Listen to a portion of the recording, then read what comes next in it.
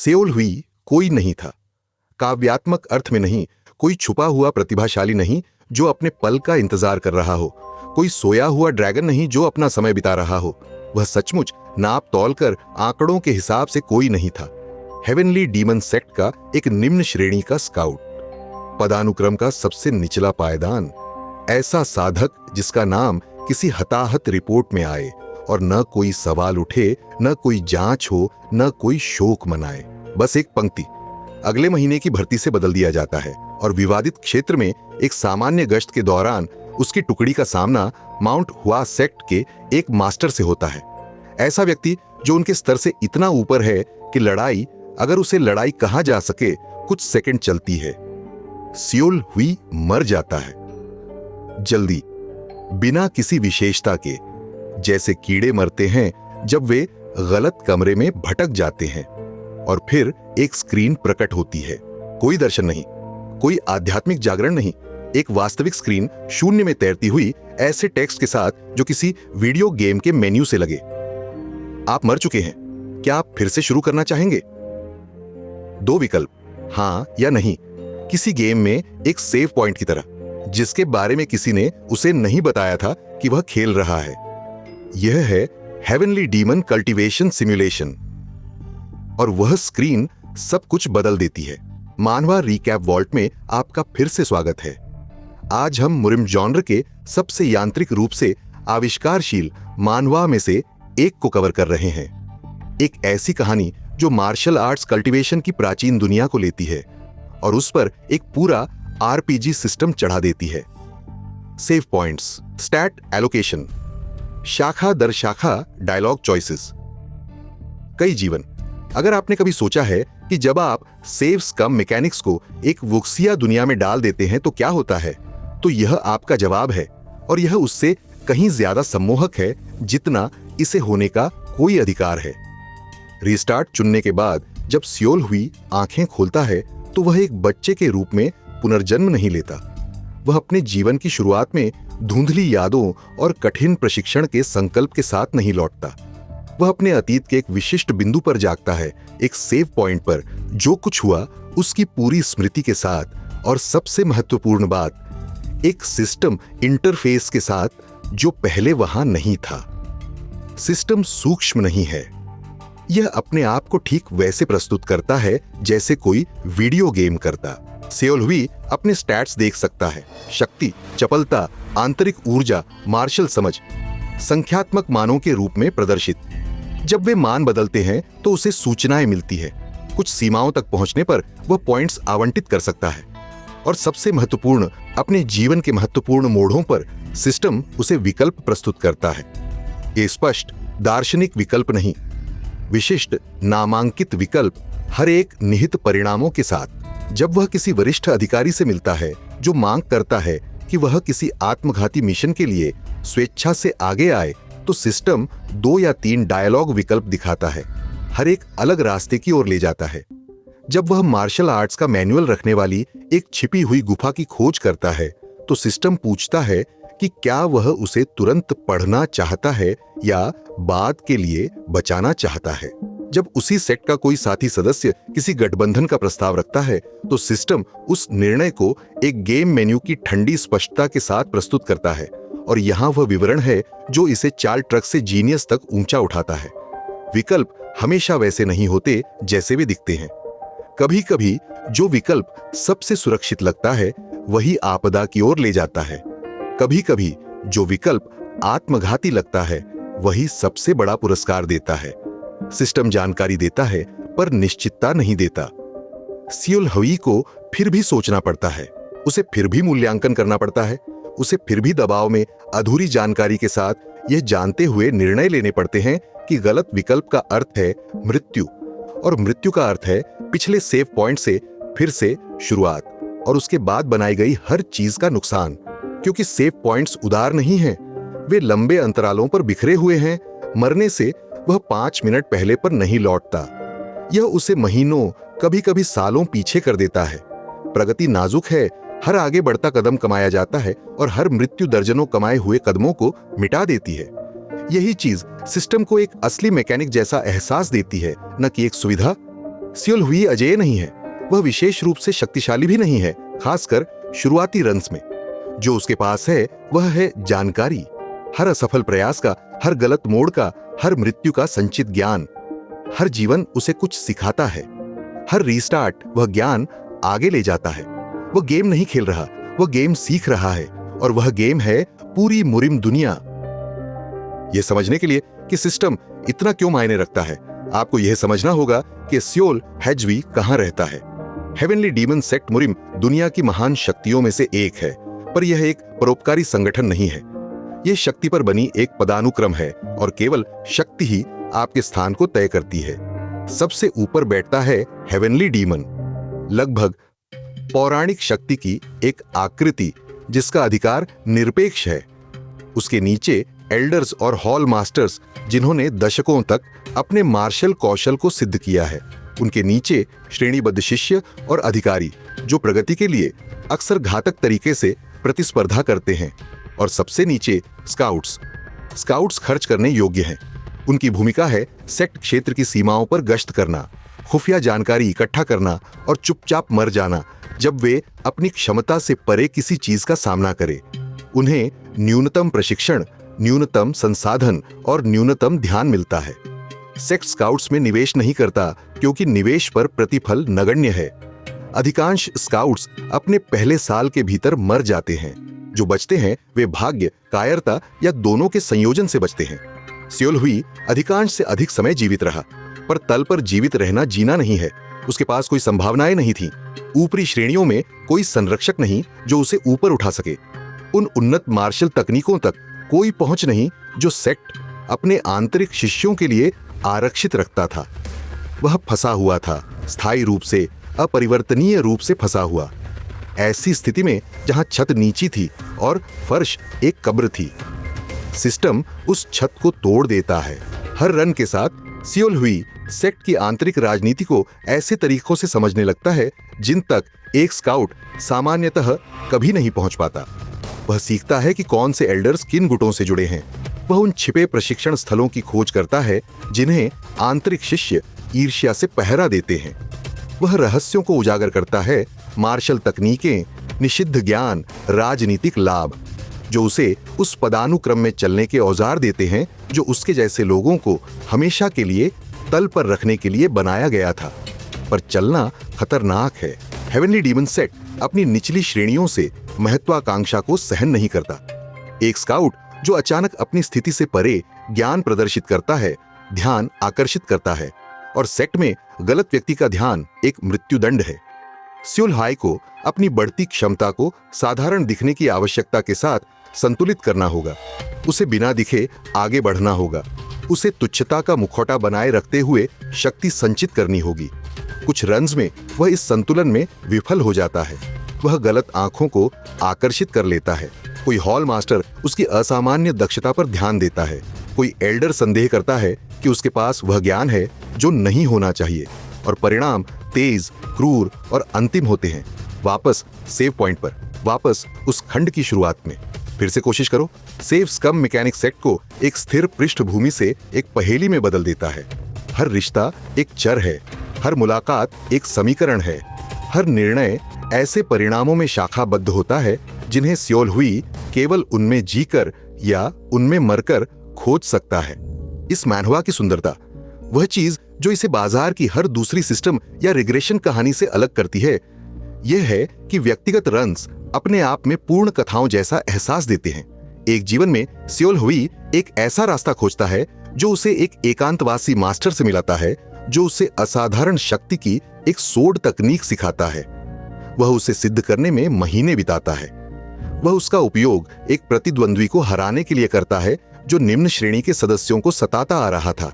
वह सेक्ट में ऊपर उठने लगता है, और फिर वह एक महत्वपूर्ण मोड़ पर एक अकेला गलत विकल्प चुनता है।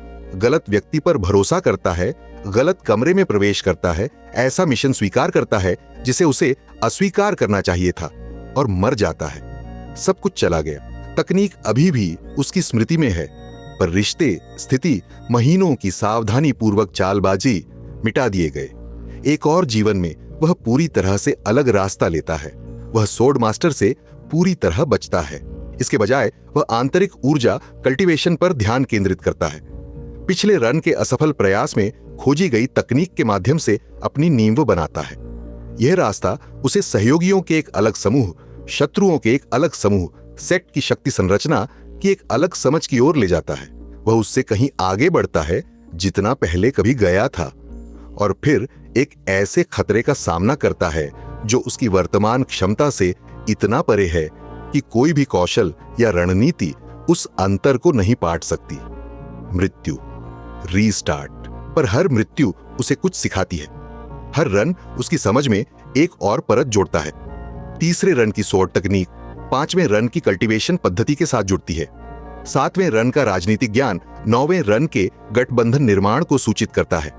स्योल हवी बस उसी गेम को दोबारा नहीं खेल रहा, वह कई जीवन कालों के ज्ञान को एक संयुक्त समझ में संश्लेषित कर रहा है जो कोई भी एकल जीवन उत्पन्न नहीं कर सकता। शाखा दर शाखा डायलॉग चॉइसेस इसे खूबसूरती से बढ़ाते हैं। जब सिस्टम विकल्प प्रस्तुत करता है तो स्योल हुई अक्सर यह पूर्वानुमान नहीं लगा सकता कि कौन सा कहां ले जाएगा, पर कई रन्स के बाद वह पैटर्न पहचानने लगता है। कुछ प्रकार के विकल्प कुछ प्रकार के परिणामों की ओर ले जाते हैं। आक्रामक प्रतिक्रियाएं टकरावों को तेज करती है। कूटनीतिक प्रतिक्रियाएं समय खरीदती हैं पर दायित्व बनाती है। भ्रामक प्रतिक्रियाएं छिपे रास्ते खोलती हैं पर दीर्घकालिक परिणाम उत्पन्न करती हैं। वह सिस्टम को उसी तरह पढ़ना सीख जाता है जैसे कोई स्पीड रनर किसी गेम को पढ़ता है। केवल कंटेंट खेलना नहीं, बल्कि उसके नीचे की वास्तुकला को समझना। कौन से विकल्प जाल हैं, कौन से विकल्प शॉर्टकट्स हैं, कौन से विकल्प एक जैसे दिखते हैं पर उन चरों के आधार पर मौलिक रूप से अलग भविष्य की ओर ले जाते हैं जिन्हें सिस्टम नहीं दिखाता। और हर सफल रन के साथ दांव बढ़ते हैं। कहानी की शुरुआत में सियोल हुई सेक्ट के तल पर जीवित रहने के लिए लड़ रहा है। मध्य आर्क्स तक वह हॉल मास्टर्स के बीच के संघर्षों में चल रहा है। उसके बाद भी वह स्वयं हेवनली डीमन के आसपास की राजनीति में उलझा हुआ है। सेक्ट का निरपेक्ष शासक, एक ऐसी आकृति जिसकी शक्ति और मंशाएं कहानी की वास्तुकला में तेजी से केंद्रीय होती जाती है। यह मनवा कैसे बार बार मृत्यु के भावनात्मक भार को संभालता है, इसमें एक विशेष चमक है। अधिकांश कहानियों में नायक एक बार मरता है और पुनर्जन्म लेता है, एक अकेला दुखद घटना जिसके बाद एक दूसरा मौका मिलता है। सियोल हुई लगातार मरता है। वह युद्ध में मरता है, वह राजनीतिक गलत आकलन से मरता है, वह गलत क्षण पर गलत व्यक्ति पर भरोसा करने से मरता है। और हर मृत्यु, चाहे उसकी दी गई जानकारी रणनीतिक रूप से कितनी भी उपयोगी क्यों न हो, फिर भी मृत्यु है। सिस्टम का ठंडा, क्या आप फिर से शुरू करना चाहेंगे? संदेश छाती के आर पार एक सोड की शारीरिक पीड़ा को नहीं मिटाता। यह अंतिम क्षणों में किसी सहयोगी को आपके खिलाफ मुड़ते देखने के विश्वासघात को नहीं मिटाता। यह इस विशिष्ट निजी निराशा को नहीं मिटाता कि महीनों का सावधानी पूर्वक काम एक अकेली गलती से नष्ट हो गया है। सियोल हुई हर मृत्यु को अपने साथ ले जाता है। सिस्टम शायद उसके शरीर को रिसेट कर दे, पर यह उसके मन को रिसेट नहीं करता। वह हर विफलता को याद रखता है और उन यादों का संचित भार, यह ज्ञान कि दुनिया आपको ठीक कितने तरीकों से मार सकती है, उसके चरित्र को उन तरीकों से आकार देता है जो शुद्ध शक्ति प्रगति कभी नहीं दे सकती थी। एक प्रश्न है जो यह मानवा अंतर्निहित रूप से पूछता है, सैकड़ों अध्यायों में बिना कभी सीधे कहे। क्या होता है जब आप एक मानव जीवन को ऑप्टिमाइज करते हैं? सियोल हुई एक शून्य के रूप में शुरुआत करता है, कमजोर, अकुशल, साधारण, पर दर्जनों पुनरावृत्तियों के माध्यम से, मृत्यु के बाद मृत्यु के बाद मृत्यु के माध्यम से वह न केवल ज्ञान बल्कि बुद्धि भी संचित करता है। वह मार्शल तकनीकों को स्थिर रूपों के रूप में नहीं बल्कि सिद्धांतों की अभिव्यक्तियों के रूप में समझता है। वह राजनीतिक गठबंधनों को लेन देन के रूप में नहीं बल्कि प्रेरणा और लाभ के जालों के रूप में समझता है। वह लोगों को, उनके डर, उनकी महत्वाकांक्षाओं, उनके टूटने के बिंदुओं को ऐसी गहराई से समझता है जो केवल कई जीवन कालों में उन्हें देखने से ही आती है। स्टेट एलोकेशन सिस्टम इस विकास को ठोस शब्दों में परिलक्षित करता है। सियोल हुई के अंक चढ़ते हैं, उसकी शक्ति बढ़ती है, उसकी गति सुधरती है, उसकी आंतरिक ऊर्जा गहराती है। पर स्टेट इस लक्षण है, कारण नहीं। असली विकास उसके निर्णय निर्माण में है। शुरुआती सियोल हुई डर और हताशा के आधार पर विकल्प चुनता है। मध्य सियोल हुई संचित रणनीति के आधार पर विकल्प चुनता है। बाद का सियोल हुई ऐसे व्यक्ति की शांत निश्चितता के साथ विकल्प चुनता है जिसने हर संभावित परिणाम देखा है और इष्टतम रास्ता चुना है। परिवर्तन चौंकाने वाला है। वह व्यक्ति जो माउंट हुआ के एक शिष्य के लापरवाह थप्पड़ से मर गया था, अब सेक्ट एल्डर्स के सामने अपनी जमीन पकड़ता है। वह स्काउट जो एक साधारण गश्ती मार्ग पर नहीं चल सकता था, अब मुरिम दुनिया की एक महान शक्ति के राजनीतिक परिदृश्य को मैनिपुलेट करता है।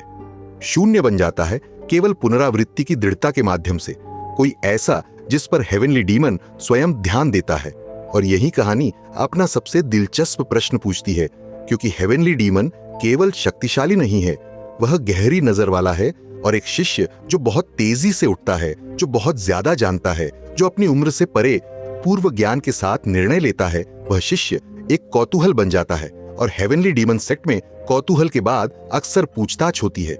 विकास और उजागर होने के बीच का तनाव बाद के आर्क्स का केंद्रीय संघर्ष बन जाता है।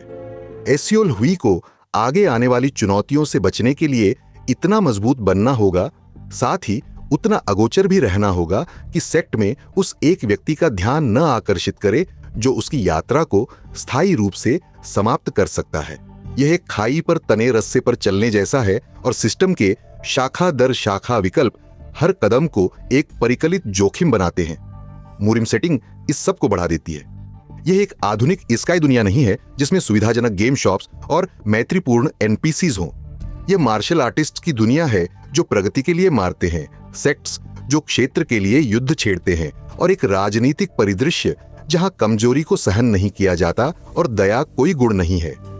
आरपीजी सिस्टम इस दुनिया के भीतर मौजूद है पर इसे नरम नहीं करता। सेव पॉइंट्स मृत्यु को कम पीड़ादायक नहीं बनाते, वे इसे अधिक बार बार बनाते हैं। सियोल हुई जॉनर के किसी भी नायक से अधिक मरता है, वह बस मृत्यु को अंत नहीं बनने देता। और मुरिम दुनिया स्वयं वास्तविक देखभाल के साथ चित्रित की गई है। हेवनली डीमन सेक्ट कोई सामान्य दुष्ट गुट नहीं है। यह अपने खुद के आंतरिक तर्क, अपनी परंपराओं, अपनी सम्मान संहिता वाला एक जटिल संगठन है जो क्रूर है पर आंतरिक रूप से सुसंगत है। प्रतिद्वंद्वी सेक्ट्स माउंट हुआ, शाओलिन, विभिन्न रूढ़िवादी और अपरंपरागत गुट हराए जाने की प्रतीक्षा में गत्ते के दुश्मन नहीं हैं। वे अपने खुद के एजेंडों, अपने आंतरिक संघर्षों, अपने विकल्पों के अपने कारणों वाली राजनीतिक संस्थाएं हैं। दुनिया आबाद महसूस होती है। ये एक ऐसी जगह लगती है जहां सियोल हुई के आने से सदियों पहले लोग जी रहे थे, मर रहे थे और परंपराएं बना रहे थे, और उसकी कहानी समाप्त होने के लंबे समय बाद भी ऐसा करते रहेंगे। सिस्टम इन मुरिम की अवधारणा इस मानवा की अनूठी नहीं है। कई श्रृंखलाओं ने पारंपरिक मार्शल आर्ट सेटिंग्स के साथ आरपीजी मैकेनिक्स को मिलाने का प्रयास किया है। उनमें से अधिकांश असफल होते हैं क्योंकि सिस्टम सेटिंग पर हावी हो जाता है। स्टैट्स और स्किल्स और लेवल अप्स केंद्र बन जाते हैं और मुरिम दुनिया दीवार का कागज बन जाती है। एक गेम इंटरफेस के लिए पृष्ठभूमि सजावट। हेवनली डीमन कल्टीवेशन सिमुलेशन सफल होती है क्योंकि सिस्टम कहानी को बदलने के बजाय उसकी सेवा करता है। आरपीजी मैकेनिक्स एक वास्तव में सम्मोहक चरित्र आर्क का पता लगाने के लिए एक ढांचा है। स्टैट स्क्रीन्स और डायलॉग चॉइसेस हटा दीजिए और आपके पास फिर भी एक ऐसे व्यक्ति की कहानी है जो तल पर पैदा हुआ था, जिसने यह स्वीकार करने से इनकार कर दिया कि तल ही उसका स्थान है और जिसने हर उपलब्ध औजार का उपयोग किया, बार बार मृत्यु के औजार सहित किसी बेहतर की ओर पंजा मारने के लिए। सियोल हुई कोई पावर फैंटेसी नायक नहीं है, वह एक ऑप्टिमाइजर है, एक पहेली सुलझाने वाला, एक ऐसा व्यक्ति जो अपने खुद के जीवन को जानकारी की खोज में खर्च किए जाने वाले संसाधन के रूप में मानता है। उसके दृष्टिकोण में कुछ लगभग वीरतापूर्ण व्यावहारिकता है। वह अपनी मृत्यु के खिलाफ क्रोध नहीं करता, अपनी खोई प्रगति पर शोक नहीं करता, अपनी क्रूरता के लिए सिस्टम को कोसता नहीं। वह विश्लेषण करता है, वह समायोजित करता है, वह फिर से प्रयास करता है। 551 अध्यायों में नॉवल का पूर्ण होना, पार्ट 1 में 400 और पार्ट 2 में 151 आपको बताता है कि यह अपनी क्षमता से परे खींची गई एक प्रेमिस नहीं है। यह एक प्रेमिस है जिसे पूरी तरह से खोजा गया है, कई आर्क्स और बढ़ते दावों के माध्यम से, एक ऐसे निष्कर्ष तक जिसकी ओर बढ़ने और उसे निष्पादित करने का समय लेखक के पास था। मानवा रूपांतरण जनवरी 2022 से चालू है, ने नॉवेल की गति और रणनीतिक तनाव को बनाए रखा है, साथ ही ऐसा दृश्य तमाशा जोड़ा है जिसका पाठ केवल संकेत दे सकता था। ह्युंग चोस का लेखन कथा पर लागू गेम डिजाइन सिद्धांतों की एक दुर्लभ समझ प्रदर्शित करता है। शाखा दर शाखा विकल्प मनमाने नहीं हैं, वे सार्थक परिणामों के साथ वास्तविक निर्णय वृक्ष बनाते हैं। सेव पॉइंट्स को कुंठा पैदा किए बिना तनाव को अधिकतम करने के लिए दूरी पर रखा गया है। स्टैट प्रगति को उपहार के बजाय कमाए जाने का एहसास देने के लिए अंशांकित किया गया है। कहानी की पूरी वास्तुकला एक सिस्टम बना रहे गेम डेवलपर की सटीकता के साथ डिजाइन की गई है और फिर एक ऐसे नॉवेलिस्ट द्वारा स्ट्रेस टेस्टेड की गई है जो समझता है कि सिस्टम उतना ही सम्मोहक है जितना उसमें चलने वाला चरित्र। Heavenly demon cultivation simulation, Cheonma Yukseong simulation Korean में नावर वेबटून पर और इंग्लिश में वेबटून पर उपलब्ध है। मानहवा नियमित अपडेट्स के साथ चालू है। मूल नॉवल 551 अध्यायों में पूर्ण है उनके लिए जो पूरी कहानी अभी चाहते हैं।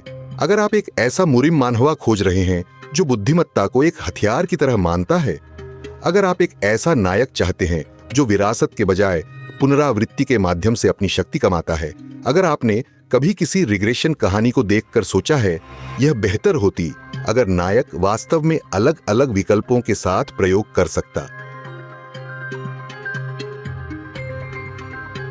तो यही वह है।